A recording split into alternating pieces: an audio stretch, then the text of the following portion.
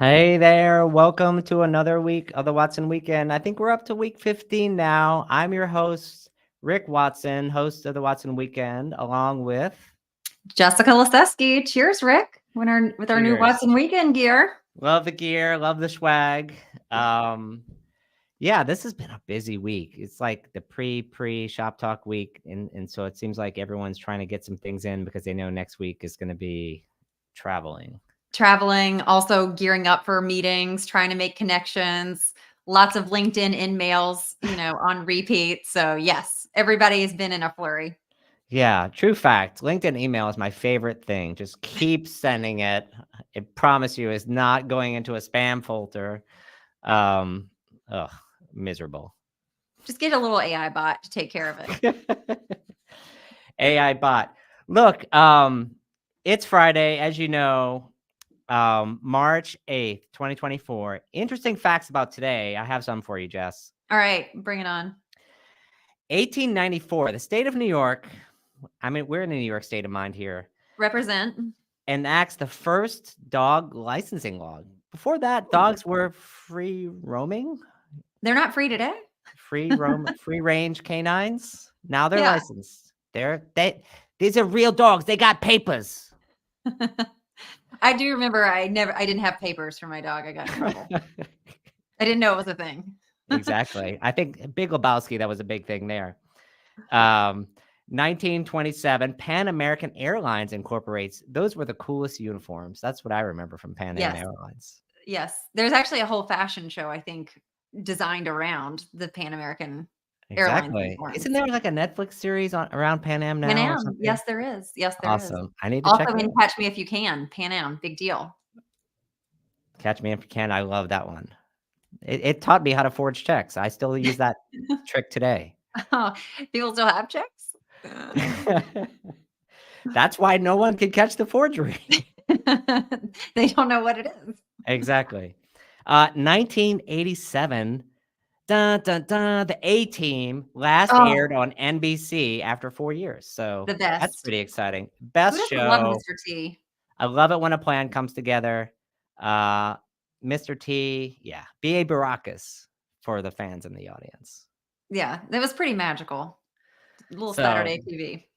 yeah, look, I mean, there's been a lot of e-commerce discussion this week, kind of going into what we call our headline hangover. We're going to talk about a few different topics. First First. up, does Amazon grocery, are they showing signs of life? Yeah. Here's what the news is. They are introducing 5 stores in New York City called Whole Foods Market Daily Shops. Mhm. That's a mouthful. But basically, it's like convenience store size Whole Foods, half foods, you might call them. They're designed to only take half your paycheck. Jess, your take. Yeah, I mean, look, this is what's old is new again, right? Because this is something that Whole Foods tried in 2019 and tested. I think this is Amazon's can't quit grocery strategy, right? They just can't quit grocery. They're Right. they're loving it, right? 100%. Yeah, Amazon's grocery strategy has been challenged, so we'll see if the signs of life become reality. Look, I'm glad they're not just closing stores anymore, and that's been an issue. So, the next up on the headline hangover is we're going to go to theft and retail shrink. This story is kind of interesting. The NRF, the National Retail Federation, which is part kind of industry luminary, part lobbying firm, they have walked back some of their previous retail theft information where you're talking about essentially organized retail crime. And that's what they're saying is like, this was a big problem. A lot of retail CEOs like famously said, this is a big problem. And now they've like walked back all those statistics. And so it's a big challenge for them that is a problem for the industry. And I think it kind of gives you point to the point like NRF is not a retail sort of fact and information source, I guess. Part of it is that they're a lobbying firm, and I think as a lobbying firm, they're lobbying for the retail industry, on there. So that's something we'll talk about. Next up, we'll talk about actually Target. Target's earnings are down, um, and their profits are up. So from an earnings point of view, they're actually off about 4.4% year over year from a store's comp point of view. Meanwhile, their profits are up 55% since the Q4 of 2022. And so that's really was the low point of Target. And I think in response to this, Target kind of put on like a big dog and pony show for their earnings. And that's really what they kind of are hanging their hat on. Like it seems like once a year they go what I call full Wayfair. If you've ever listened to Wayfair's earnings call, it's like part finance, like part dog and pony show. They're trying to show off all the different parts of Wayfair, and Target kind of went there this time. They introduced a lot of new merchandise, and so to me, part of it is look, you have to hand it to Target. They know who they are. They're introducing new lines of product. They introduced a new line of tours called Gigglescape. They introduced a new line of discount items called Dealworthy. And they're just going to merchandise their way out of the problem. That seems like the big thing that they're going on. Next is Nordstrom's. Nordstrom is launching a new online marketplace. And it looks like from my side, I've seen that they're partnering with Miracle on this, which is obviously working with a lot of big retailers out there, including Macy's. And not just any old marketplace. They call it a digital marketplace. I'm like, first of all, is there any other kind of marketplace? That's kind of question one.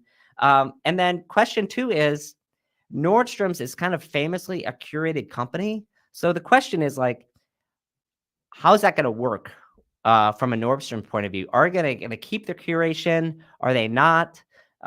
Is there going to be an issue? And so they actually, if you kind of go back in Nordstrom's history, they made several acquisitions in the past, including Hotlook. And they they used to have marketplace technology. And so I think as part of that, they're sort of reintroducing their marketplace. So it'll be interesting to see where that is in the in the conversation. So I think that is that's up from the marketplace side. As we go into our main stories, the first story that we're going to have here is actually Temu. And in the last week, there was a big report put out by a research firm called Earnest Analytics, and they provide software as well. And one of a bolt from the blue. Temu has produced, we have new information out there through this Earnest Analytics report. And I wanted to outline a few things that we're talking about here. First is tremendous growth. Temu has grown their sales over 840% in the last 12 months. So that's been huge. The Super Bowl, they ran 27 ads during the Super Bowl. Earnest Analytics says, they didn't do anything. Did you ads, Jess? Yeah, I saw the Temu ads. It really inspired me to shop like a billionaire, but it doesn't seem like it inspired the rest of America to shop like billionaires. So it flopped a bit. Yeah, I think it inspired 0 people. Investment did not pay off. Yeah. Another thing, one of the things I liked about this report is it's actually exploding a few myths about Temu that I wanted to hit you with a few facts here that I really couldn't believe. One is the fastest growing Temu segment is above $190,000 income. The slowest growing Temu segment is less than $50,000 in income, which I didn't know that before. So it's really good data to talk about from a segmentation point of view. Did you expect that, or does that resonate with you at all, Jess? I didn't expect it. I think we just assumed that they were really taking share from the dollar stores, from all of these lower price retailers, and that it was resonating mostly with these lower income segments. And that's actually the opposite of what we found. And from a share perspective, Rick, did it feel like that they were taking more share from a Walmart, Target, Etsy? What else was the breakdown in terms of where are they stealing share? Yeah, stealing share, there is a couple of things to talk about in that front. Um, the two big losers are in this order: Wish and AliExpress, which you might expect. Like, Temu is essentially like the third generation of Wish. 3.0. But it seems like, yeah, Temu is Wish 3.0. It seems like, or you might hope, that they're a little bit smarter than Wish was, and the quality is slightly higher. Which is another thing that actually came out of the report, is the customer lifetime value for Temu keeps going up after 12 months, which to me means that the quality is good enough to get people coming back, or maybe they just keep getting bombarded with ads, and The all the digital ad gamification. spending. Yeah, a little bit. Yeah. Do you mind if I break down some of these similarities though between Wish and Temu? Because I I, think I, I that would was love to hear about it. I think Yes. that's pretty interesting, right? As much as I've heard about Timo, the immediate thing that came to mind is this is just another Wish. Like you said, it's Wish 3.0. And let's just kind of recap the trajectory of Wish. It started in 2010. By 2018, it was the most downloaded shopping app. There were 2 billion in sales in 2021, 101 million monthly active users in 2021, 1 million registered merchants, Wow. of which 125,000 were active every month. They were the largest Instagram advertiser, spending $1 billion annually. They also sponsored, if you remember, the LA Lakers. So Mm. similar to Temu and the big Super Bowl splash. And at the time, the Lakers won the championship in 2021 with the Wish logo splattered on every jersey. It was a $30 million deal. And the company actually also attracted similar income brackets. So just like Temu was Mm. resonating with the higher income, uh, actually Wish saw that as well. So initially it started with lower income, was Mm. resonating in states like Florida, Texas. But then, they started to gain some more traction through this gamification and just getting people to come back time and time again. So I think it's interesting. You bring up the quality piece. There's some pitfalls that Wish had as well, which we'll see is Temu going to follow. Pitfalls for Wish? Do Yeah, tell. yeah, I got a few. So low product standards. They actually had a lot of illicit products. So they had a car seat that was on sale for 17 pounds in the UK. They got shut down in France by Google because of all of the low quality standards and Oh the my bad gosh. business practices. They actually had a storefront called Best Deal spelled DEEAL, number 9, that they would take all the listings that got shut down off of Wish for fraudulent, put them in that store and see if customers would notice. And this was an experiment that the company actually started themselves. And they had over 213,000 people buy products off the site that they intentionally had no plans of ever shipping. Pretty insane, right? Fraud.com. Fraud.com. So the known as a place where you can get $1 watches. They would have refrigerators on sale for $1, but really it was the magnets that were being sold. So question for you with sharing this Yes. data. Do you think that Temu is following this playbook, differentiating from the playbook? Look, I think they're clearly following the playbook. I do think that they are differentiating in the fact that um, they seem to be going up market a little bit differently. They seem to have a little bit better quality. That's what I see so far. The rest of it is like, there's a lot of advertising. They're surely not profitable. And so the question is that once the advertising dollars, that sort of spigot shuts off, Right. the big question is like, is that going to happen? And they have big pockets. And so I think that's like from a Wish point of view, like, the US public investors weren't going to fund kind of like a whole True. bunch of nonsense forever. These, True. they I don't think they're based in China. You know, these companies move around, right? Like, one of them is based in Singapore and Hong Kong, Right. and not like, oh, we're a London-based company, or we're a Boston, like Shein's based in Like Boston. Like, Shein will be. yeah, Shein give me a, Singapore. yeah, They're not exactly. China. No, not China. Definitely not China. No, not at all. No ties whatsoever. Yeah, and any Yeah. country that Congress is against, we are not in. Trust us. That's right. That's right. Yeah.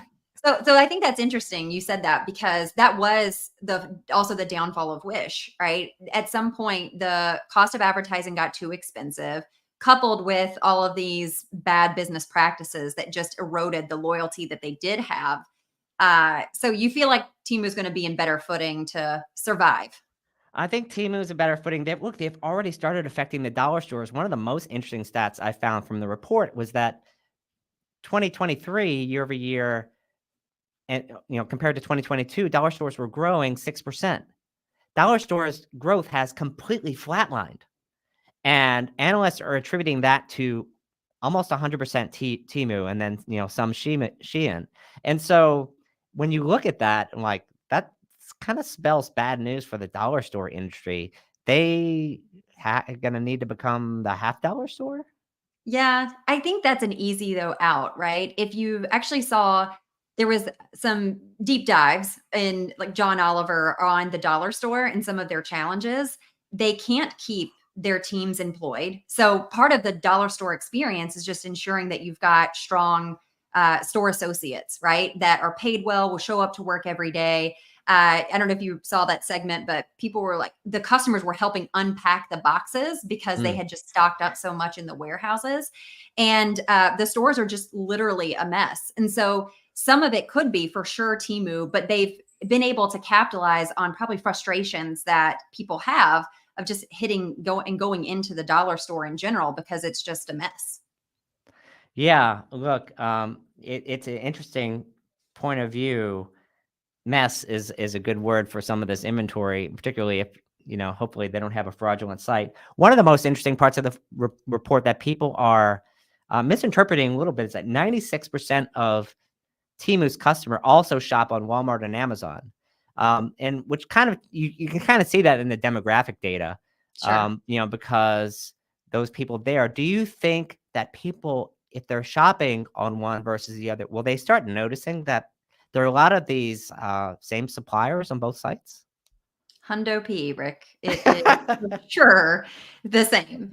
You've got same sellers. They're all going after the same types of inventory. And part of Temu's strategy is expansion, right? And so why wouldn't they look at Amazon data, look at categories that are growing, look at those top sellers, and then entice them to come on to Temu?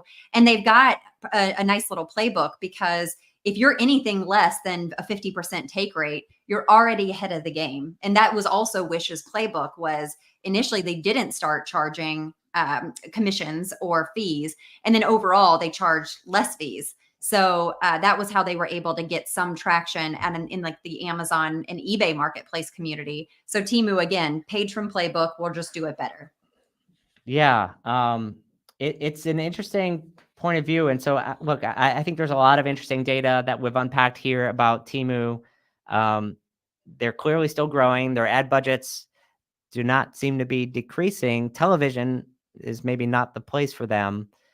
I think Nick had a good comment about the quality. Are they policing sellers? That's going to be a challenge long term. And Huge I mean, challenge. yeah, look, a lot of people are looking at sort of CAC to LTV ratio. The problem is CAC is infinite right now. And so if you can't, there's no payback that makes sense against an infinite customer acquisition cost, does there?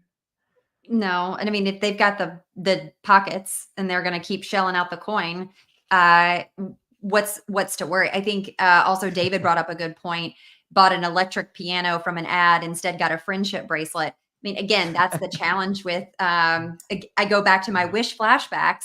That's essentially what happened. People were getting empty boxes. People were getting the wrong items, or they were thinking they were paying, $1 for an iPad, and they would get like an iPad booklet. So, those are the same things, right? Yeah, I'd love to read iPad about booklet. an iPad.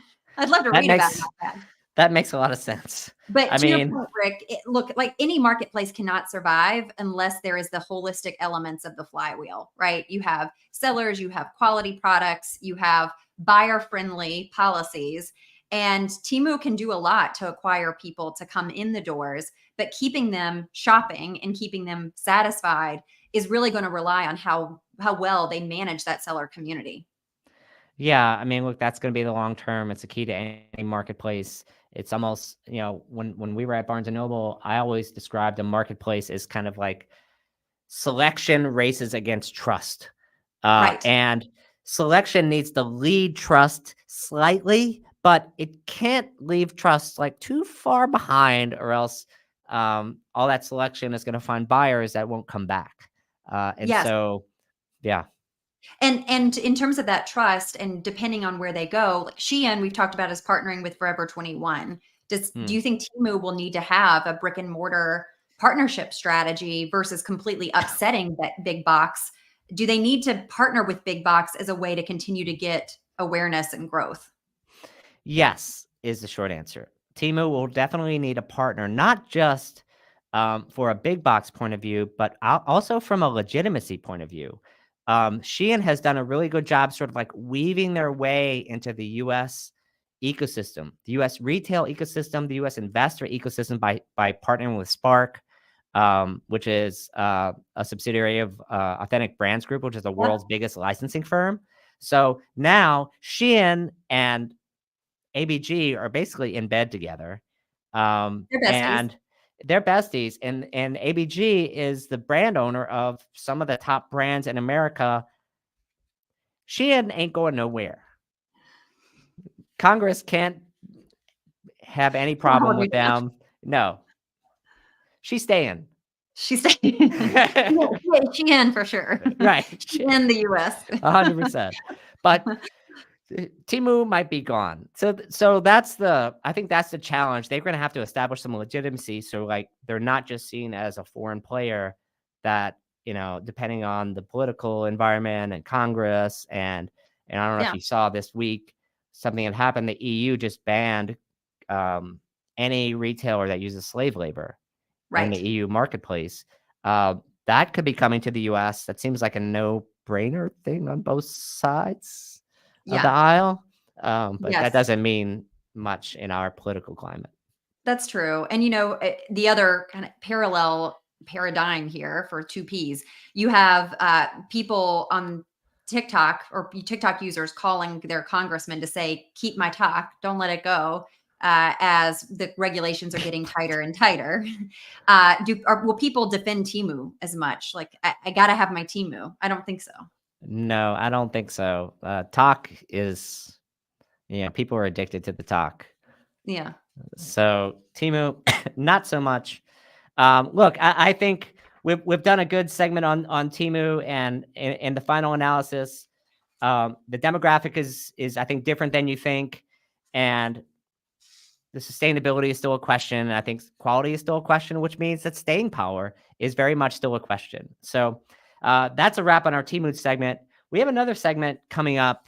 Jess, you want to lead us off? Yes, I am so excited to introduce Jordan Jewell, who is the Senior Director, Analyst in Residence at VTEX. He leads VTEX's US content strategy. He authors a lot of research on thought leadership within the e-commerce market. And before joining VTEX, sorry, was an international data corporation, IDC. And so he's just had this well-founded history in terms of research, analytics, assessing digital commerce platforms. So we're thrilled to have Jordan here because he's got some interesting insights for us across a variety of different specters. So welcome, Jordan. Thank you for being on the show. Thank you for the big introduction. Really excited to be here. Yeah, no, it's great. Rick, I know you and Jordan go back a little bit, being in this ecosystem. Yeah. Jordan and I went way back, including when Jordan was IDC.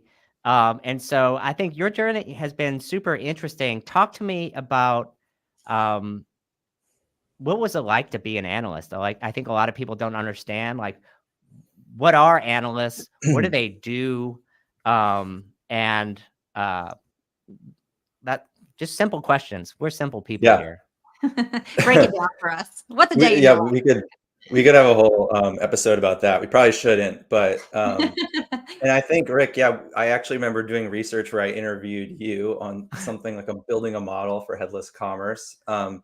So I think it varies a lot, and something a lot of people don't know is there's actually like dozens and dozens of analyst firms. There's obviously kind of the big three, you could call them: Gartner, Forrester, IDC, which Yeah. most people are Yep. aware of. Yep. And I was at one of those, obviously, but there's dozens of smaller ones that do like very niche research on topics. Um, but I mean, there's a lot of things involved with being an analyst, but the summary is that, we published, I should say, in past tense, those. We did marketscapes at IDC. There's waves at Forrester. There's the Magic Quadrant. Most people are aware with. Everyone has There's a vendor different evaluation. shape. It seems like the shape is important. I don't know if that's important, but there's slightly different methodologies. And actually, we might talk about it a bit more, but there are nuances to those, and it's hard to convey them to the audience because they see a graph and that's the main 100%. thing that gets attention. But it's market share and forecast reports. IDC focuses a lot on the data. So I spent, tons of hours in spreadsheets, interviewing people. So for the MarketScape, for instance, I did on digital commerce. I interviewed 200 people. Wow. In my apartment in San Francisco during COVID. My wife knew the entire, interview guideline by that point when I was at question 9 and 10. So a lot of, primary research to build those charts and data behind it, but writing a lot of papers, presenting, that's kind of great. what it entailed. And look, I'm, I always knew you were a data guy. Leading up to the show, there was a discussion between industry colleagues, Tucker Walsh, former Oracle analyst at Shopify. You and he were having a discussion about Jordan, the man of many spreadsheets. We pulled some data here. Jordan has a spreadsheet of every restaurant that he and his wife have gone to since they met the first time. True or false, Jordan? True. And there's an interactive map. I don't think you have the screenshot of that, but you can filter by location and average rating and cuisine type. People actually use it to like find places for business dinners or whatever if they're in San Francisco, because that's where we live. But yes. That's amazing. So you're basically your own version of Yelp. You've created your own Yelp. Yeah. And it's funny, I was actually at a bar with like some people I didn't know, and I ended up talking about the spreadsheet, and there was this guy who was super interested in it. He was like asking all these questions, and I love talking about it, obviously. But then at some point his wife goes, yeah, he's really interested because he works at Yelp. And the whole time he had been going like, man, we need to have that. Like, we should have that in Yelp. So I think Yelp could probably benefit from some of this. Yeah, but I mean, let's dive in here. Look, you sent me the spreadsheet. The first thing literally I did was sort by descending number of visits in your type of cuisine category. Mexican, Jordan? Yeah, there's a lot of Mexican restaurants. Yeah. Well, if you do it by average rating, I think like Burmese or Caribbean come out top. So it depends what criteria. I've never been to a Burmese restaurant. What did they serve? I haven't either. Oh, there's a bunch of really good ones in the Bay Area. It's kind of like Thai mixed with Indian mixed with Chinese, because it sounds so good. It's good. So if you're saying you're on a desert island, you can only take one item. Is it chips and guacamole, or what you taking from all the places you've eaten? Or like something that's Peruvian. I don't know. Something like that. Nice. That's pretty amazing. Mindy is chiming in. This is a legendary spreadsheet. I think we're releasing proprietary information here. I don't know. Like, I think YouTube might shut us down. It's totally possible. No, they're gonna love it because you do all of this in. Do you do this in Excel or you do it in Google Docs? Google Sheets. Like, it's public. I thought about posting it on the data is beautiful subreddit, but I didn't want, too many people getting access to it. But yeah, it's public. Anyone can use it. That's amazing. And All is it right. true that you've broken Google Sheets? Yeah, so that's like that's more of a work stuff. Because we haven't been to millions of restaurants, thankfully yet. But you can run into a limit with Google Sheets. I found for the work project I'm working on a financial model where if you go over 10 million rows, it just stops working. So yeah, you can max out. I mean, everyone knows you can max out spreadsheets, but I've run into that. Yeah. Many times. No, it's so interesting. So let's move over to the work topics. I mean, we could talk about this all day, honestly, restaurants, but VTEX has been known historically as one of the, if not the biggest e-commerce platform player in Latin America. More recently, in the last few years, have been looking to break into the United States, and clearly they have broken into the United States now that Jordan has joined up. Why don't you give me a little bit of a headline us for us in terms of like VTEX? What are they doing in the U.S. market? Who are they going after? And what makes you excited about the next couple of years? Yeah, and part of it is like I was an analyst. It's a fun gig. I really enjoyed it. I miss it at times, to be honest, but I knew I wanted to try being on the software side. And when I came to the dark side, came here, I wanted to be at a company that, like I'm an analyst in residence. That's my role here. It's not a normal role. It's kind of made up, but Abnormal. it's one where I'm allowed to take a lot of kind of autonomy in how we content, be objective, do research. I knew I wanted that. And at VTEX, one of the things I like, so, you mentioned Latin American roots, founded in Brazil over 20 years ago at this point. So I have a long history, but one of the things that I think is maybe not unique, but like very built into the culture is the focus on e-commerce knowledge and that sort of thing. So everyone is expected to know like the P&L of a retailer, manufacturer, brand. They're expected to know, how conversion rate impacts, how average order value impacts, all those things. So there's this really big focus on commerce knowledge. It resonates within the product. And coming into the US, we do really well with kind of complex. There's like a level of complexity that a lot of platforms just can't support. So we have a built-in marketplace. We built an order management system. Our heritage, I mentioned Brazil. Our heritage, one of our first huge clients that really set up the architecture of the platform was Walmart in Brazil. And, the company was like, I don't know, 10, 15 people, if that, at the time. Right. And they beat out these huge platforms in Brazil to support Walmart. And you can't support Walmart with like a very simplified out of the, commerce in a box type software. So that's part of the reason we're able to support, kind of high levels of complexity. And that's kind of carried through to today where it's completely SaaS now and all that. Microservices based. We're in the Mock Alliance, but it's a level of complexity where you're connecting between manufacturers, distributors, retailers.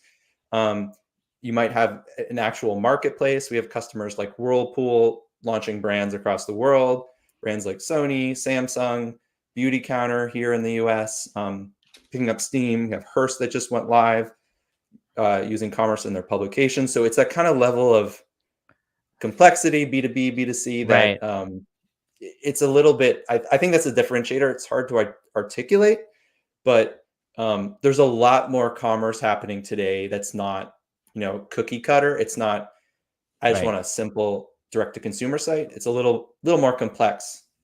Yeah.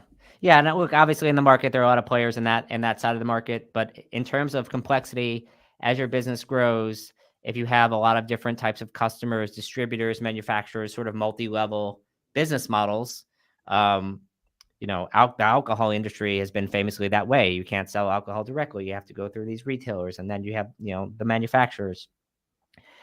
You recently I say recently, you're about to release a report called Do the Math. And that is another spreadsheet that we're going to talk about here. And my understanding is it's trying to calculate total cost of ownership for platforms. Like, how do you run an e-commerce business from a software point of view, not just considering the platform itself, but actually all the ancillary services that you're going to need? Because I think one of the things that people don't realize is like and I've seen this in my own evaluation, you grade one platform versus another. It's like, oh, this one's cheap, this one's expensive. Like, well, that's not the whole picture.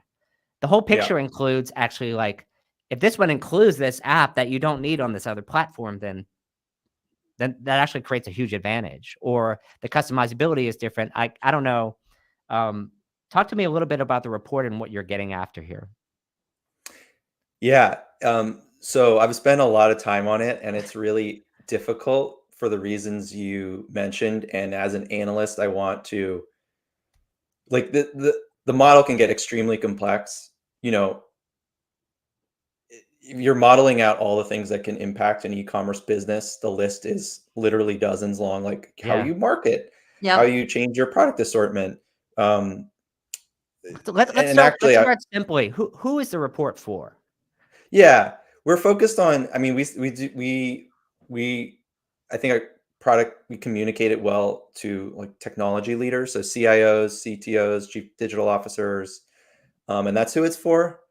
This particular one, because I think, you know, a lot of the terms in the market, whether it be composable commerce, headless commerce, all these buzzwords that are out there, they some hit harder than others, but there's a lot of, this is the case in all technology. It's not specific to this industry, but there's a lot of lofty claims that, you know, composable commerce will make your site faster, which will lead to this Right. round number ROI with um, no source. Like if you go to a lot, and it's not just like our competitors, but you go to any given site on e-commerce, you're going to see all these lofty claims.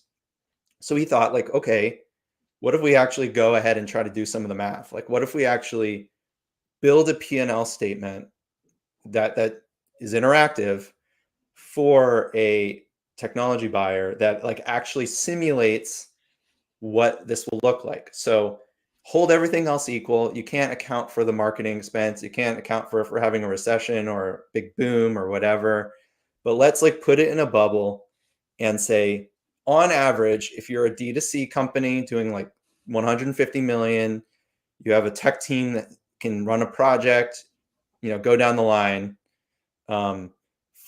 What would your simulated growth, your profitability be running one type of architecture over another? And like kind of looking at a simplified, you know, we call it commerce in a box, SaaS implementation, a composable, completely composable one where you're going out and you're bringing in a dozen best of breed one applications, or you're kind of a hybrid in between, or you're running a monolithic platform, and simulated that out. So that's what we're trying to do. And I'll be the first one to say, like, I've gone ahead and pulled back and gone ahead and pulled back because I want to incorporate all these things that impact the bottom line at the end of the day. Right. But a lot of it is just bringing some mathematical rigor. I like spreadsheets. I think even a flawed spreadsheet, there's value in quantifying things that are difficult to quantify. And it's just to get the conversation started about like, okay, how much does it actually cost to implement a fully composable architecture? You're going to have to bring in a lot of resources onshore and offshore with the average cost of XYZ. You're going to reduce maintenance here, but you're going to add it over there. That's right. Your implementation timeline might grow from 9 months to 16 months, which is, you know, depending on the architecture. So just incorporating those things, exposing those assumptions in the model, and then just kind of starting the conversation is the goal. So Jordan, you talked about this being for tech CIOs or chief digital officers. a lot of times we talked about this before, the decision spans so many different parts of the function and the organization. And so is the spirit of this that you're putting some things in the hands of a technology leader to bring back into the organization to help with decision making and get to some of the framework faster of which direction they should go? Or is your hope that, I guess, at what part of the cycle are you trying to engage or get people when they're going through these evaluations? Yeah, 100%. And especially with enterprises, it's a huge committee that Yes. like it often involves the CEO and like CFO and all the C's. Yeah. But I think the reason we're focused on the technology leaders in this case is that's where the narrative of composable commerce has really been pointed towards. Mhm. And there's it's awesome, like what you can do with modular PBCs, like microservices, all the buzzwords. Technology is great, and I think a lot of technology leaders salivate when they see like, oh, I can use this best of breed search and this best of breed CMS and this best Yep. of breed Yep. personalization. So we're focused on that audience because we want to bring the narrative that, they're and they know this, but their job isn't just to build the best website that's super fast and can be personalized, but like what does that mean for the bottom line? Because at the end of the Right. day, they'll look the best if they have a maybe a little smaller team, but they're doing better like financially. Yeah. That's what we're So what focused on that I'm audience. yeah, I mean, what I'm getting out of this is it starts with the CTO or CIO, and this is a tool for them to help the business leaders understand the total cost of ownership and how do those different modules help improve the business. And so having those conversations better, they're going to be able to, make decisions more quickly, more accurately. TCO won't be so much a back of the napkin exercise anymore. Um, Even if the spreadsheet is wrong, you can see what the model is, and then you can improve it. Yep. Much less like which Thai food restaurant I should go to next. Yeah. A little Yeah. bit.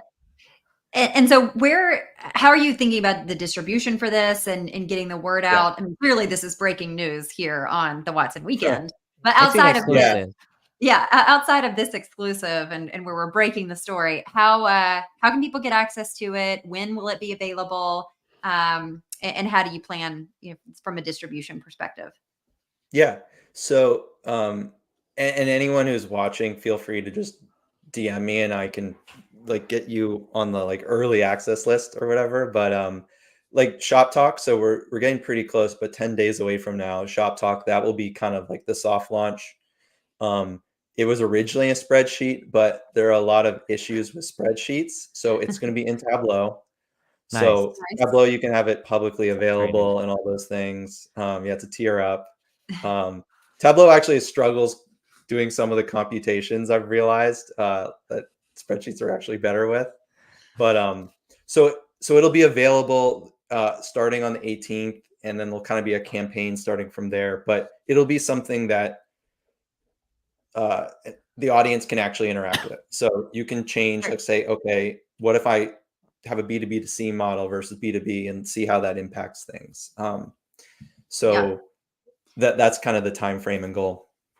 Great. And then outside of, solving for understanding this true cost of ownership, which sounds like that's a pitfall that maybe people run into. I'm sure we've all run into it or seen it happen in our careers as well.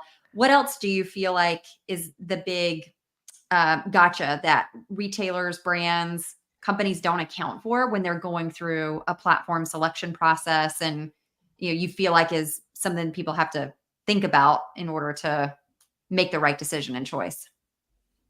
Yeah, it's kind of related to TCO, but there's a couple things. So one, like how long is this actually going to take to go live?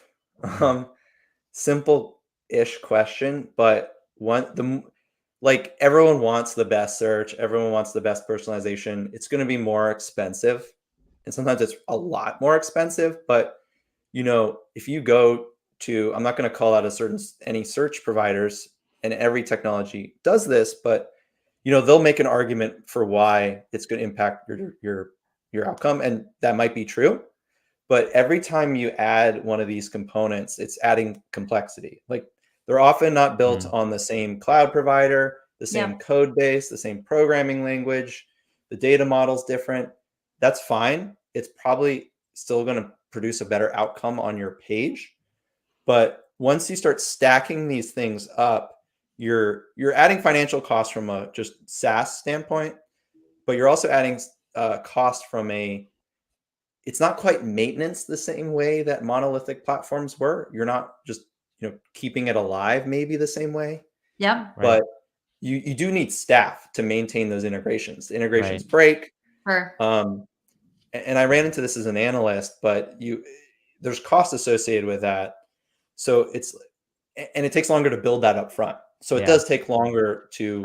I agree go with you, live. Jordan. I think one of the biggest underappreciated costs in SaaS is integrations, and they're 100%. usually the first thing to break down. And I think the fact that you're including this in the model is super interesting.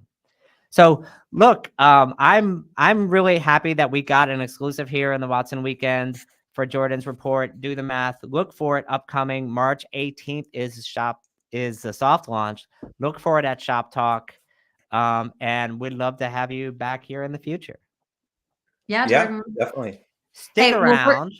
Yeah, we got to close out with the dance party. So work on your dance moves. Okay. We'll be bringing you back. Yeah. Speaking of also some things that we're happy and excited about, we're going to head on into the happiness index to round out the show today. And we've got two things that we're going to talk about. One is we've got some new data from a payments perspective, a survey of 1,700 consumers just on what's happening in the trade down or cutback due to inflation around groceries. So there's some new insights. Over 58% of consumers at all income levels are actually cutting back. Really? It's pretty interesting. We've got some slides here to show you and break it down. Where Let me pull those up for you. Yeah, thanks. Here we go. Yeah, here we go. So it's impacting all income levels. So you can see for sure at less than 50K, we're at 61%. That's where there's the largest or a larger section. But in that 50 to 100K, where you've got 64%, that was some surprising news, coupled with almost 50%, basically at more than 100K, saying that they're cutting down. But then look at either changing to cheaper merchants or reducing quality. People are definitely making these trade-offs, and not very many people are saying that they're not impacted at all, with the exception of that more than 100K.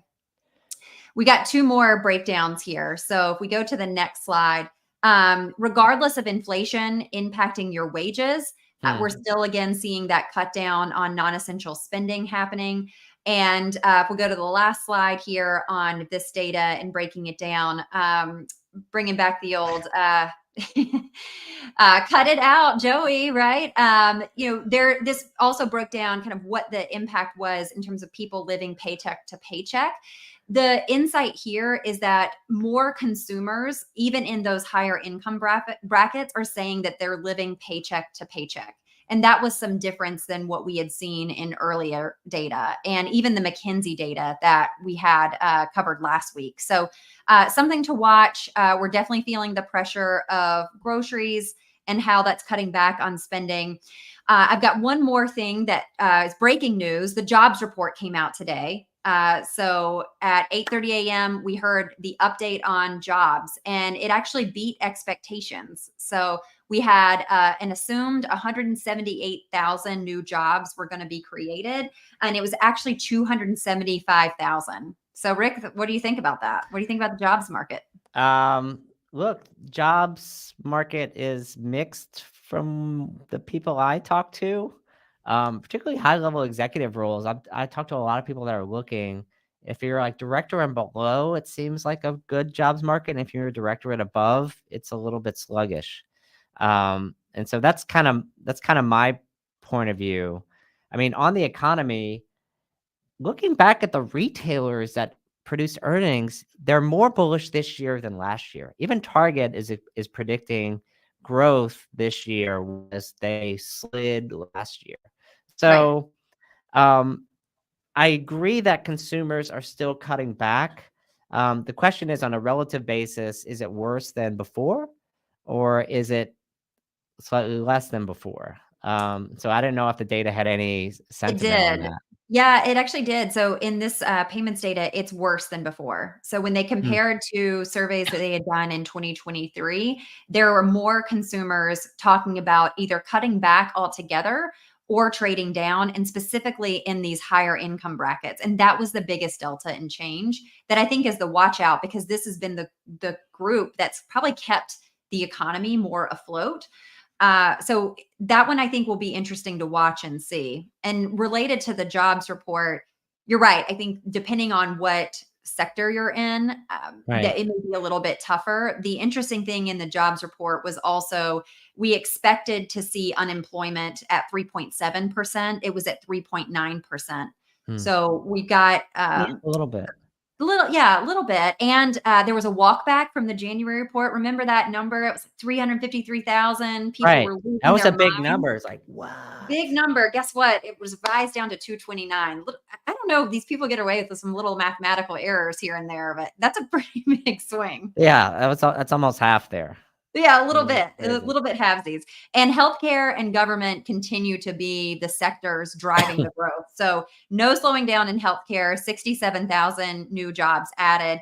Government, 52,000. So government employees, they're kicking it, continuing to ramp up, I guess, in all these committees. Retail actually had 19,000, but restaurants and bars added 42,000. So that's that community that people like to watch as well, because if you see slowness there, it's a sign of just overall cutback in spending. So again, people still going out to restaurants, people still kicking it at bars.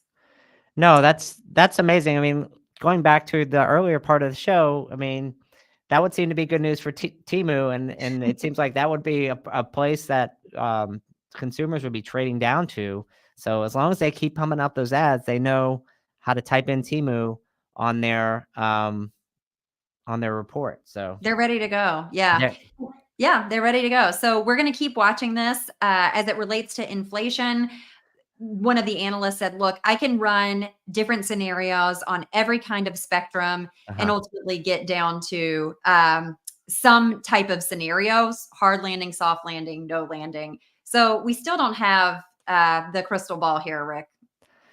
No, 100%. And you heard it here first. Consumers are still cutting back, and it's getting worse, which seems to fly in the face of the retail earnings report. So that's going to be something we're going to watch here closely over the year. And if so, Miss Jessica here is going to do, and I told you so, pretty much for some of these retail CEOs. That's right. And in the meantime, all we're going to do is dance about it, right? Dancing solves a lot of problems. It And sure let's get Jordan back. Let's cue up the music, and then we out of here. Have a good weekend, everybody. Show us what you got, Jordan. There we go. There we go. Here we go.